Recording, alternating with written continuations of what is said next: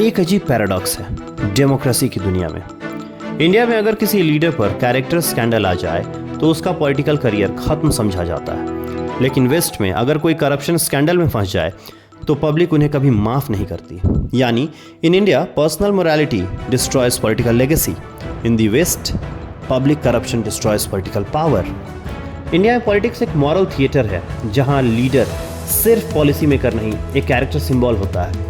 लोग उन्हें एक आइडियल इंसान के रूप में देखते हैं जिसे इज्जत और संस्कार से जोड़ा जाता है। वहीं अमेरिका और यूरोप में पॉलिटिक्स एक परफॉर्मेंस कॉन्ट्रैक्ट है। लोग बस ये देखते हैं डिड यू परफॉर्म और नॉट। प्राइवेट लाइफ उनके लिए इररिलेवेंट है।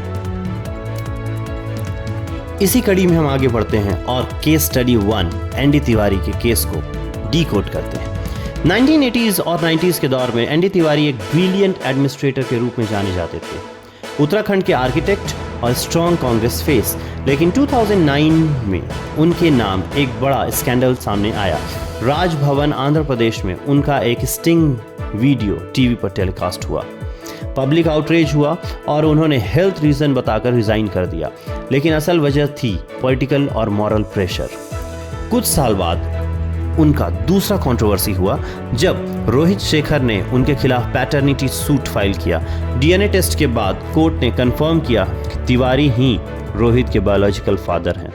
बाद में उन्होंने रोहित को अपना बेटा माना और उज्ज्वला शर्मा से विवाह भी किया 89 साल की उम्र में।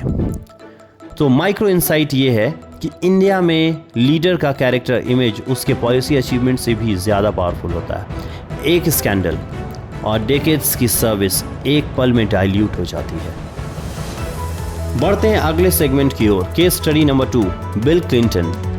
1998 में बिल क्लिंटन और मोनिका लेविन्स्की स्कैंडल ने पूरा अमेरिका हिला दिया। क्लिंटन ने पहले डिनाई किया, फिर कन्फेस किया। इम्पीचमेंट हुआ, लेकिन उनका पब्लिक सपोर्ट गिरा नहीं। क्यों? क्योंकि उस वक्त अमेरिका में इकोनॉमी बूम कर रही थी, जॉब्स क्रिएट हो रहे थे और लोगों को लगा he made a personal mistake, not a public one. Micro insight, west में लोग पर्सनल फ्लॉज को ह्यूमन इम्परफेक्शन समझकर इग्नोर कर देते हैं जब तक लीडर का परफॉर्मेंस उनके इंटरेस्ट में हो। Next segment, case study number 3, Richard Nixon. 1972 Richard Nixon US president. Watergate scandal में पता चला कि उनकी टीम ने ओपोनेंट्स पे इलीगल स्पाइंग की थी और निक्सन ने इन्वेस्टिगेशन को सप्रेस करने की कोशिश की। Result, public outreach, media revolt. Nixon को रिजाइन करना पड़ा। वो पहले यूएस प्रेसिडेंट बने जिन्होंने करप्शन के दाग के बाद कुर्सी छोड़ी। माइक्रो इंसाइट, अमेरिका में ट्रस्ट सबसे बड़ा कैपिटल है। जब एक लीडर झूठ बोलता है उसके सिस्टम से कॉन्टैक्ट टूट जाते हैं, चाहे वो पर्सनली सेंट हो या सिनर। बढ़ते हैं नेक्स्ट सेगमेंट की ओर, कंपैरेटिव एनालिसिस। ये डिफरेंस एक पॉलिटिकल डीएनए का प्रूफ है। इंडिया में लीडर एक मॉरल गुरु माना जाता है, जबकि वेस्ट में लीडर एक रिजल्ट ड्रिवन प्रोफेशनल होता है। एक तरफ मर्यादा और मोरालिटी, दूसरी तरफ परफॉर्मेंस और पॉलिसी।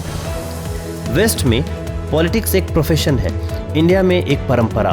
वहाँ स्कैंडल से इमेज गिरती है और यहाँ मर्यादा से राजनीति संभलती है। और इसी अंतर में छुपा है भारत और वेस्ट का असली पॉलिटिकल डीएनए। एक दुनिया जहाँ ट्रूथ मेजर्ड इन ट्रस्ट और दूसरी जहाँ character itself is a currency.